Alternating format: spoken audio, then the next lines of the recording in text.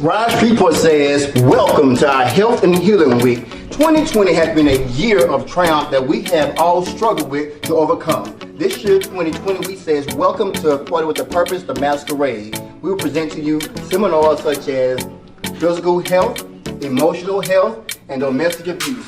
Sit back, relax, and quarantine with a purpose with us. Let's rise Shreveport.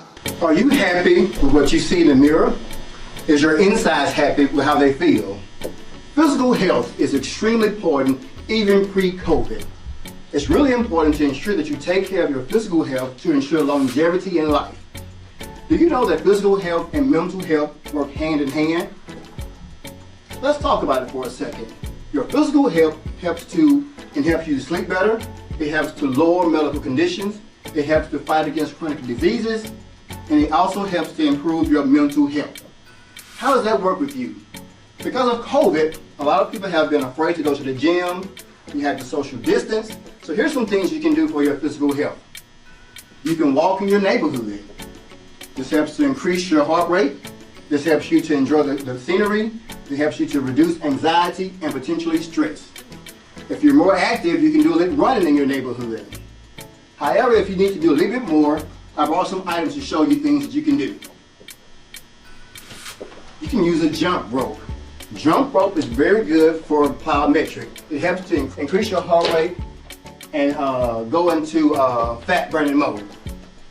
You also can do things such as burpees.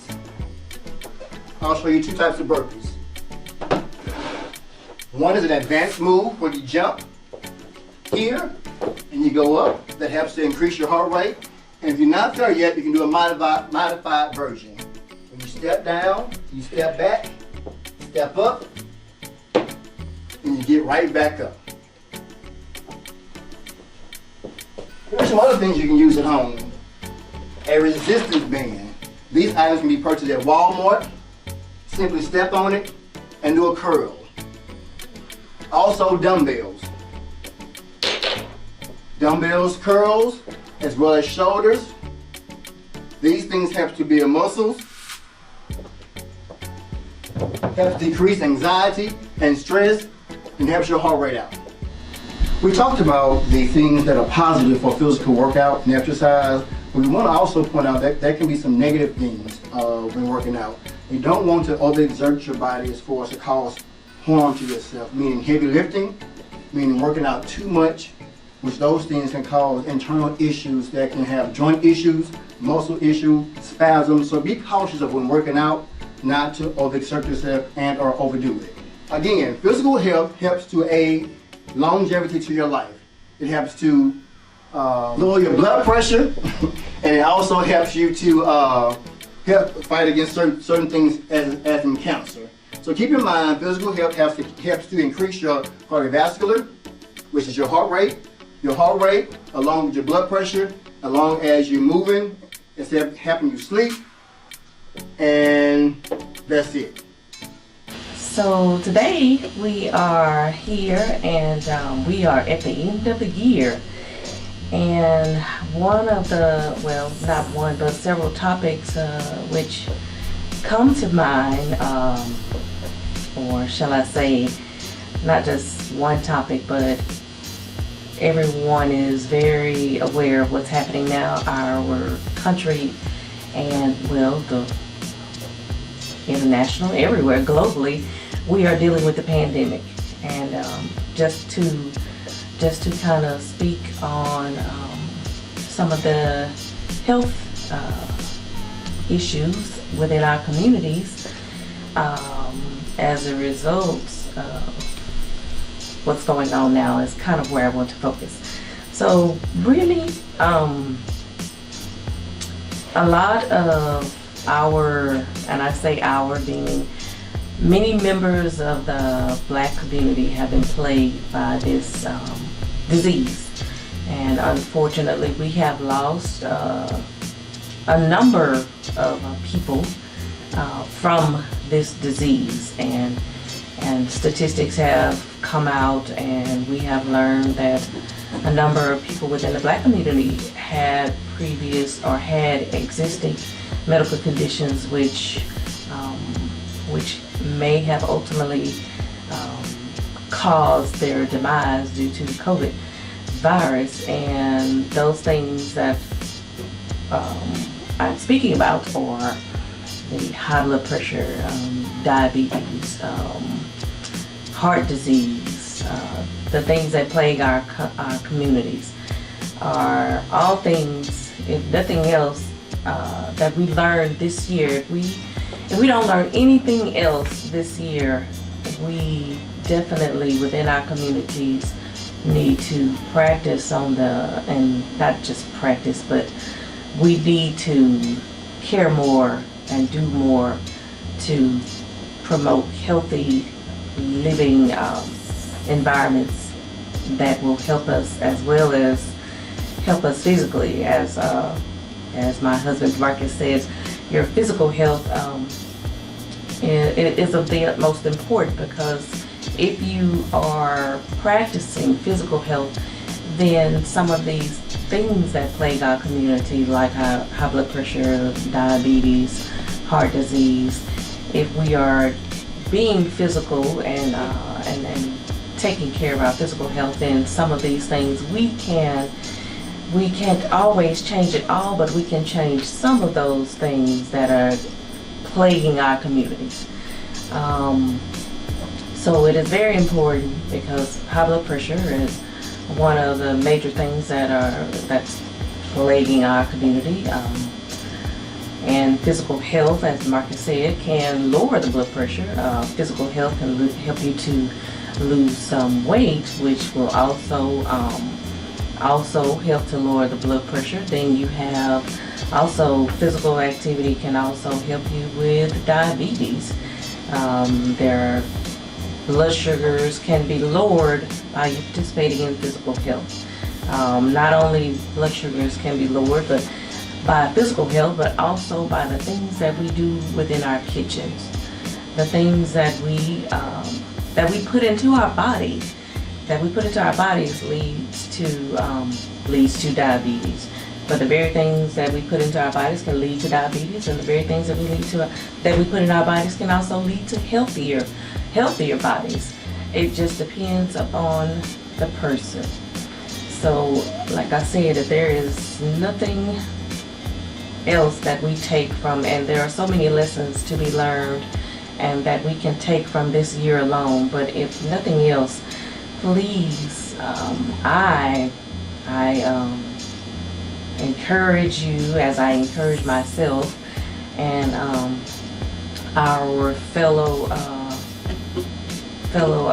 community, to please take care of your health, because as we see, our health issues have caused us to lose many people within this very area in which we live now. Some of our prominent leaders have left this world as a result of different health problems they had.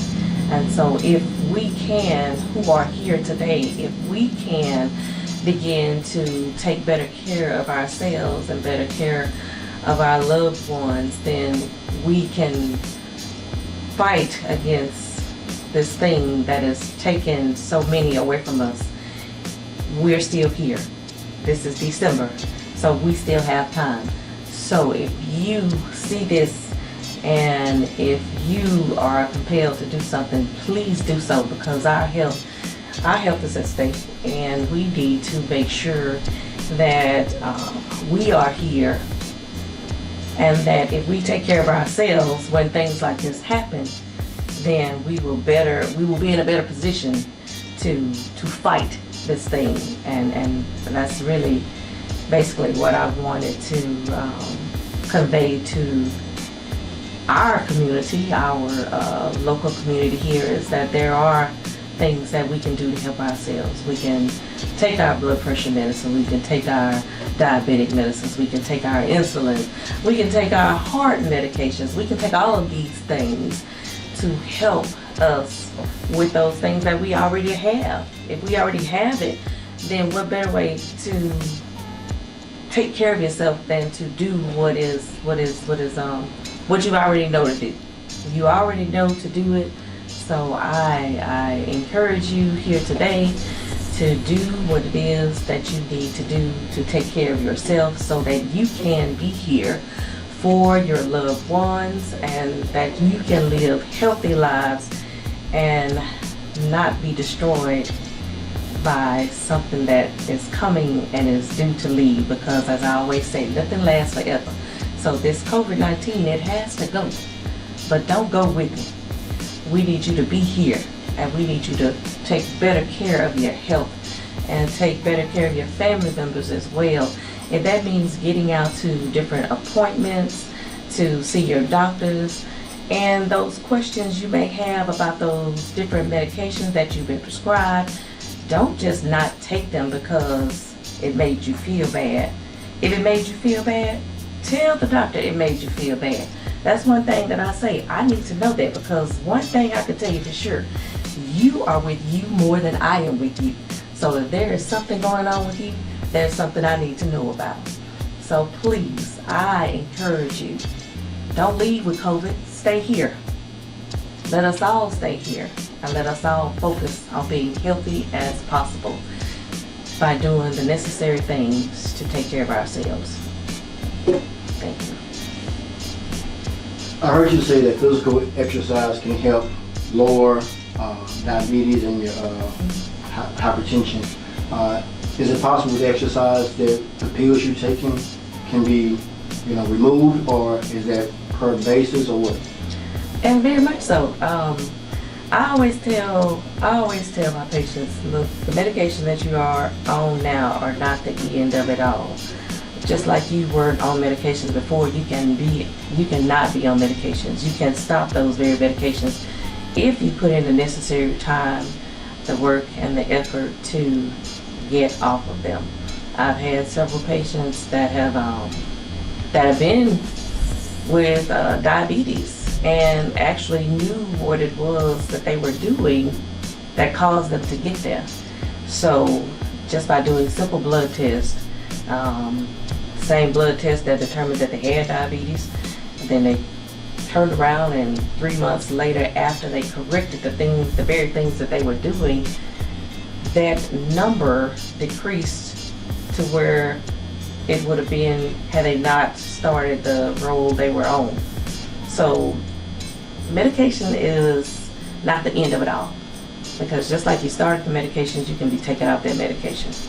So you don't always have to continue to be on medications. If you do the necessary work to get off of those, to get off of those pills, it'll show. It'll show in the numbers. When I say the numbers, it'll show in your labs. It'll show in the blood pressure readings when your blood pressure is taken. And you don't have to wait to have these things done at the doctor's office. The best way to get these things in order is to take responsibility yourselves. Take responsibility by checking your blood pressure on a daily basis.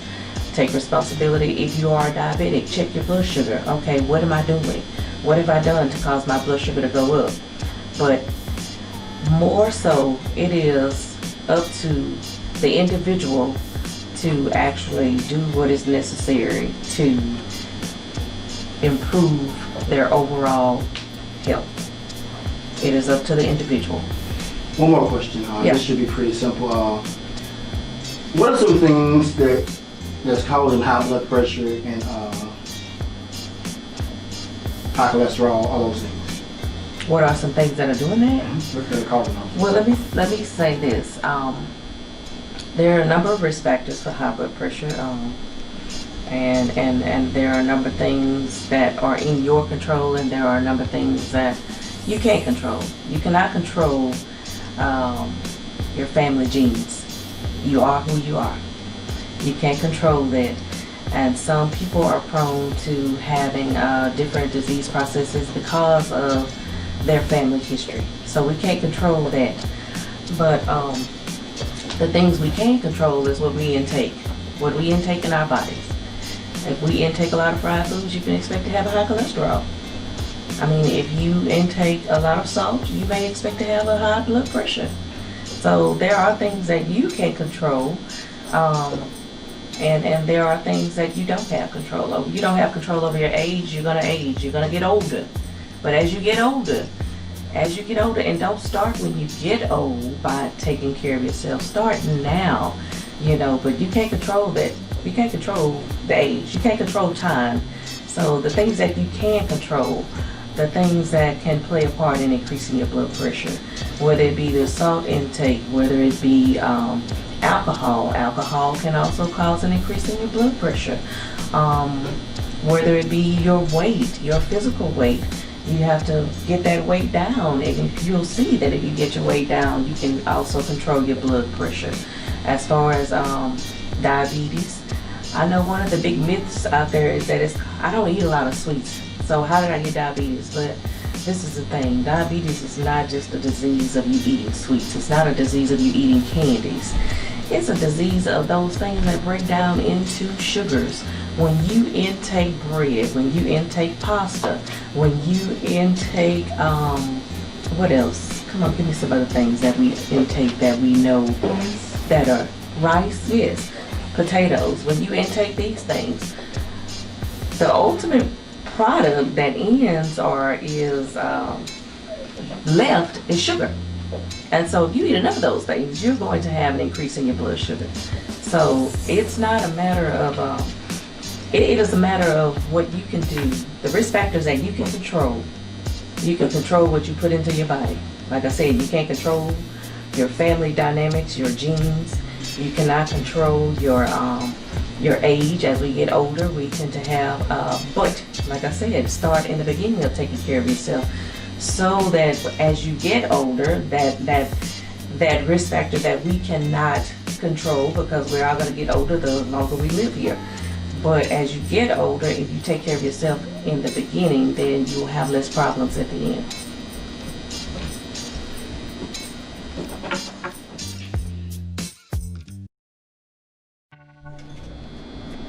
Good afternoon. I'm here to talk about the elephant in the room, and that's the COVID-19 or the coronavirus pandemic that we have going on right now. First, let's talk about what a pandemic is. So a pandemic is an infectious disease that makes its way across a large region or a large population. So when we have pandemic talk, we're talking about, not just everybody being sick in Louisiana or everybody being sick in Shreveport. We're talking about something that sweeps across the country and the world. So the COVID-19 virus, or the coronavirus, SARS coronavirus, was found in late 2019. It originated in China and made its way over across the seas to us. It causes an acute respiratory syndrome, which in lay terms means that your respiratory system becomes very compromised and it makes it hard on you to breathe. That's one thing. And there's a multitude of other things that can come from it. So we'll start there. Next thing is we want to talk about how it spreads. So one of the biggest misnomers is that COVID-19 is just in the air around us. It's an airborne disease. Well, that's not the case, and that's been found by all of the different researchers and all the different studies that's been out there. It's droplet in transmission, just like any of your other respiratory viruses. And that's where people say it's like the flu. That's what they mean. Not when you get it, but before you get it. So before you get the flu, or before you get any respiratory virus, it is transmitted through droplets. So respiratory droplets are small particles that comes from any kind of cough, sneeze, or talking. You have some people that spit when they talk. You try not to, but it happens. And when that spit reaches one of your mucosal surfaces, and the mucosal surface is the eyes, anywhere in the mouth, anywhere in the nose, any opening that's fluid in nature, it can make it into your respiratory system. And from that standpoint, it can cause you to get sick. So that's what droplet in transmission means. The fear is that we can just walk outside and get it. And I can tell you right now, if that was the case, then it would be everybody that has it, because it would be all around the world. You can just go outside and breathe air and you can catch it. So that's that. Now we talk about droplet in transmission. And one of the ways to protect yourself with droplet and transmission viruses is wearing a mask. Wearing a mask is one of the easiest ways to do it. And the thing about wearing a mask is that it's not so much for your protection as it's for the protection of the people around you. Because if I have a mask on and I sneeze, those droplets don't have the capability to travel as far as they would normally. Because I can sneeze and it can travel up to 6 feet, and that's why we talk about social distancing. I can cough and those droplets can travel up to 6 feet. That's why we talk about social distancing. I can talk and, you got to do some major talking to get a droplet to carry 6 feet, but it can happen. And so we don't want it to make it there. So wearing a mask helps in that way. And we're talking about social distancing. So when we social distance, we also lower the risk of catching a respiratory disease because the droplet typically doesn't travel further than 6 feet. So wearing a mask does not substitute for social distancing. And I say that because we have a lot of people gathering with people who are not in their normal living space. And these gatherings can cause the virus to spread because now I'm around somebody who I don't know and they may have the virus, they may not, and I take off my mask and I don't social distance, and now we have droplets traveling everywhere and we have the risk of catching the virus. And we talk about these large gatherings and things, it can be scary to a point because there's an incubation period with this virus. And the incubation period, or the time that it takes for you to start to exhibit symptoms, to know that you have it, can be anywhere from 1 to 14 days. So you can start showing symptoms anywhere from 2 to 14 days, but that first day to 14 days, you don't know if you have it sometimes. Some people can go all the way through the 14 days and never show a symptom. And so I can walk around in my daily life, talking to everyone, seeing everyone, touching everything.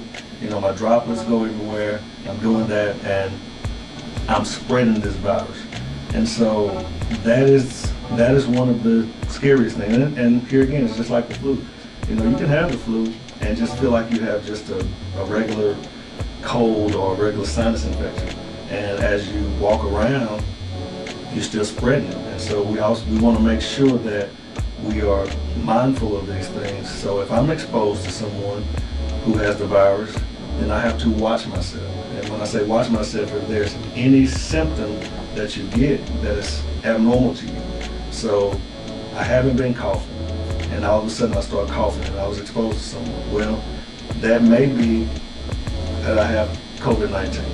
It doesn't necessarily mean that you do, but that is the point where you think about getting tested.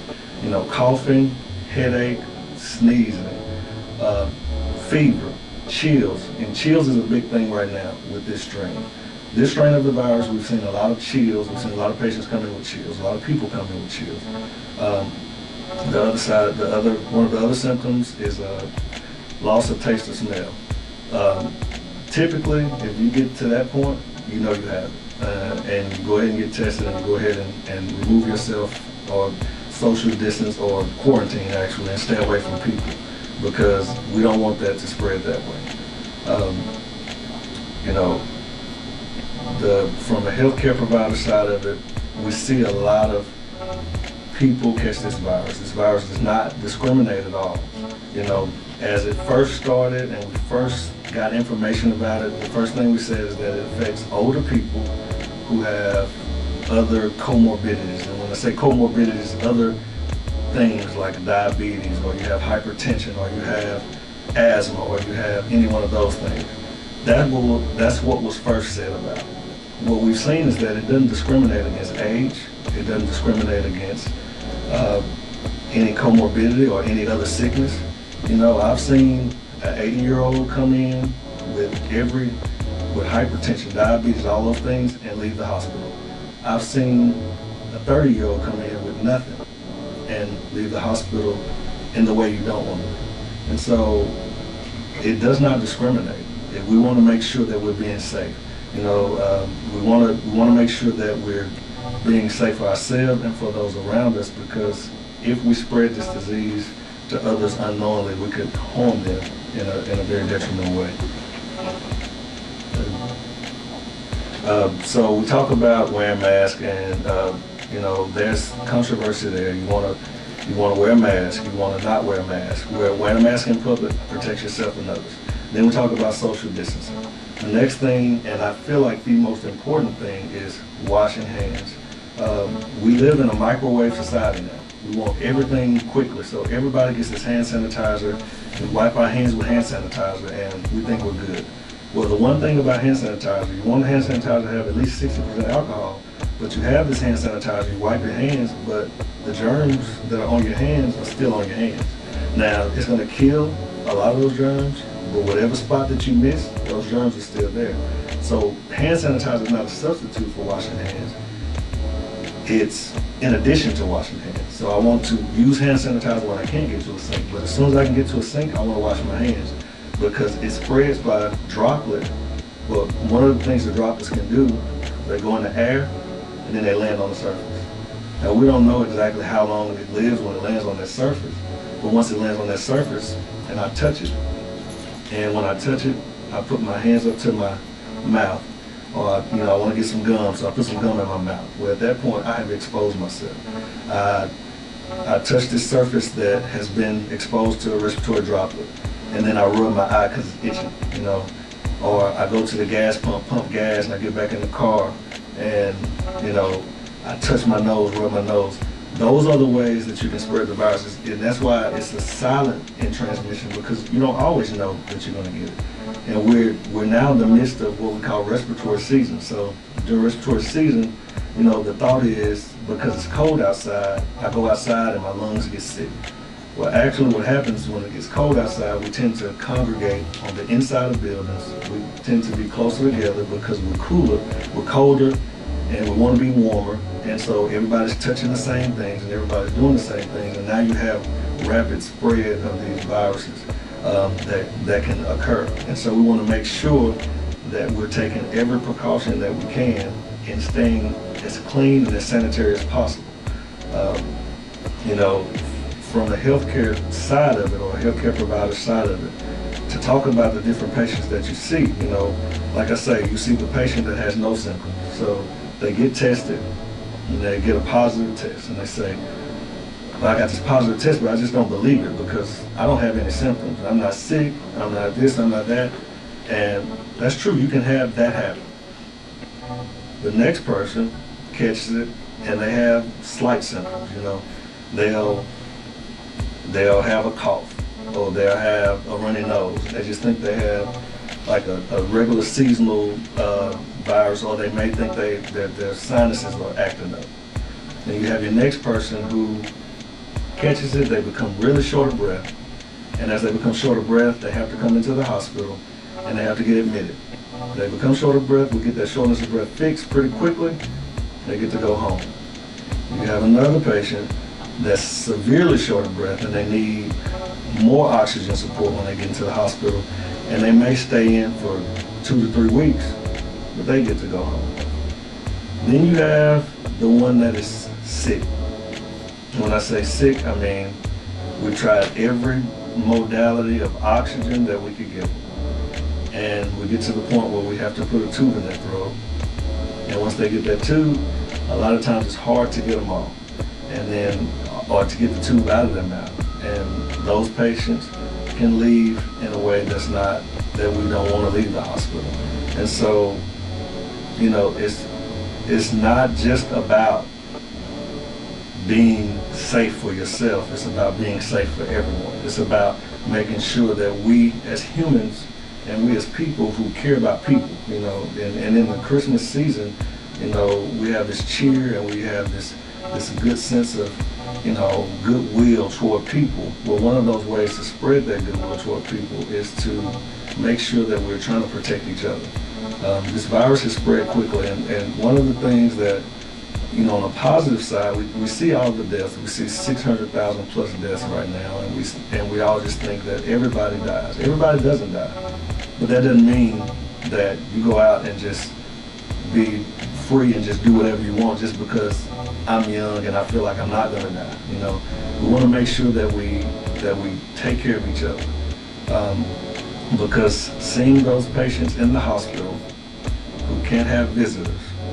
And see, the hospital employees have to be those family members for those patients, have to go in and talk to those patients every hour or so, and have to see these patients decline and they pass away. That's been hard on the healthcare workers. That's been hard on the families. There's situations where the family couldn't even bury their family member because they were exposed, so they have to quarantine. And then and their family member passes away, and now you have a funeral with no family. These are the things that we're seeing. And so in order to make sure that we're being safe with one another or being safe for each other, just want to make sure we follow those guidelines. We want to make sure we mask up when we're in public. Make sure you keep some hand sanitizer on you with at least 60% alcohol, and you use that, but as soon as you can get to a sink, you go ahead and wash your hands and make sure you're good. And try not to use too many words with P's and T's, because those droplets tend to spread pretty quickly that way. So, if I can tell everybody anything, it's just to be safe in this Christmas season and in this winter season, because on top of coronavirus, you have also the flu, and you have also any other respiratory virus that happens in the winter. And those things also compound on top of COVID-19 and make it hard on people to survive. Any questions? If by chance you're exposed to COVID-19 or you have the virus, is physical exercise recommended? That's a good question. So with our lungs, one of the things your lungs need to work is to be upright and to be walking. As we lay down, our lungs have these little tiny air sacs that can collapse. And as we lay down and don't move, our lungs don't expand. You think about your lungs like a set of balloons. And so if you don't make that balloon blow up, then it's not going to work. And so as we get up and walk around, our lungs can exercise and they expand, and we take deep breaths, and you move around. But now all patients can't do that.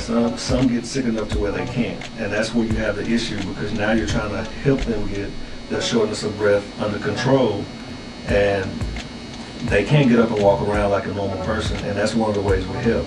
So another way that can help in that situation, when a patient can't really get up and walk around, or a person can't really get up and walk around, is to what we call prone, or lay on your stomach. And the physiology behind that is, so when we think about lungs, we just think of the front of our body. You think of, my lungs are here, and I just breathe in, my lungs go out. Well, actually, your lungs go front to back. And on the back portion of your body is the largest part of your lungs.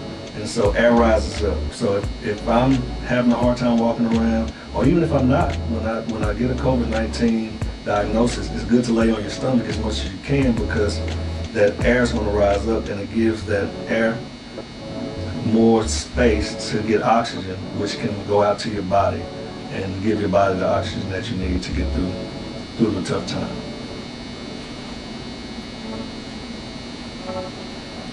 Is it fact or fiction? If I already had COVID, and can I catch it again? We've seen people catch it multiple times. There are antibodies that your body produces when you catch the virus. However, there's not been enough research or enough known about it to know how long those antibodies protect you. Some researchers have said up to 2 months, some researchers have said up to a month, but I can tell you for a fact that I've seen people catch it more than once. So it can happen. Are there possible physical ailments after having COVID-19 that your body may endure? We have said that COVID-19 leaves its mark. So one of those things, the lungs can have injury. And we think about an injury, we think about spraining our ankle, we think about hurting our shoulder, and it hurts where your lungs can get this scarring in them, and the scar tissue in it that makes it harder for your lungs to expand.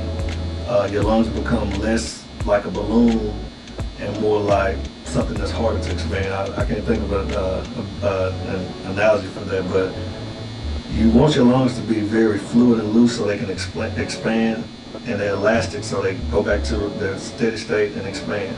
Well, once they get that injury, it's so hard to make them expand, and they don't always go back to steady state the way they need to, and that's why you have shortness of breath. We've seen that it can leave its mark on the lungs in that way. There's also a multitude of other issues because your body's working so hard to fight it off. You can develop heart failure, you can develop kidney failure, you can develop different things from it just because your body's working so hard from it. But the one major thing that we've seen that can stay and stick around and linger is your lungs having a more stiff, a stiff way about them as opposed to more elastic.